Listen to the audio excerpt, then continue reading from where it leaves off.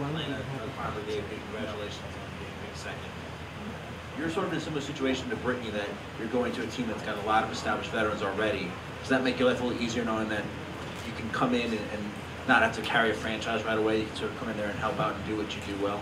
Yeah, without a doubt. I think this is a phenomenal team that I'll be joining, and there's a lot of players who are going to be mentors to me and just really help me out along the way. And I think I'm going to learn a ton from these players, and just I think it'll also elevate my game.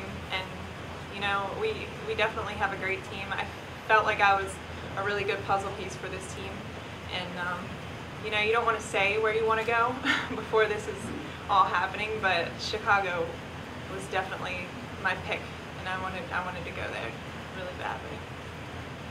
Elena, congratulations.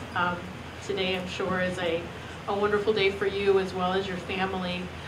You know, when you walked away from the game during college and you took some time off, you know, in your wildest dreams, did you ever imagine that you would be sitting here today, the second player drafted in the 2013 WNBA Draft? Can you just reflect on that and how far you've come? And also, to piggyback off of that, can you also talk a little bit about where you would like to see your career go as a professional athlete?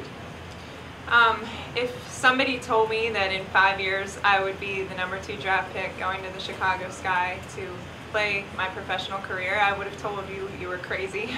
When I left Connecticut, I had told myself, that's it, basketball is not going to be in my future.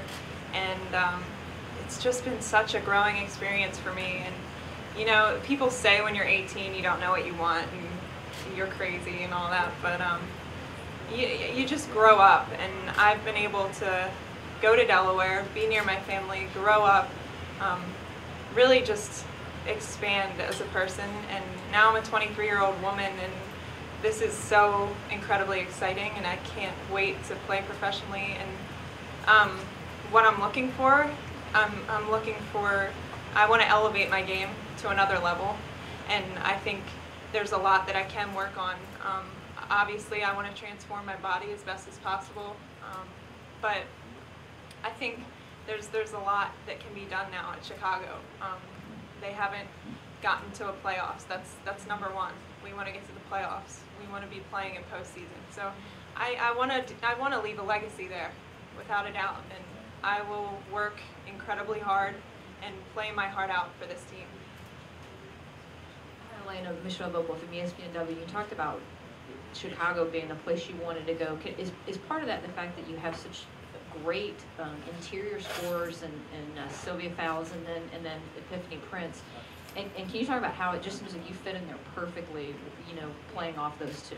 I mean, with Sylvia being such an incredible post presence in there, I think that is going to be amazing, because obviously they have to guard Sylvia, and they also need help to guard Sylvia. So I'm going to be able to spread the floor, and I'm going to be able to create a lot of room on the court. So if they want to help off of me, we're going to be able to kick it and shoot a three. If they don't want to help off of me, Sylvia is going to have a field day in there.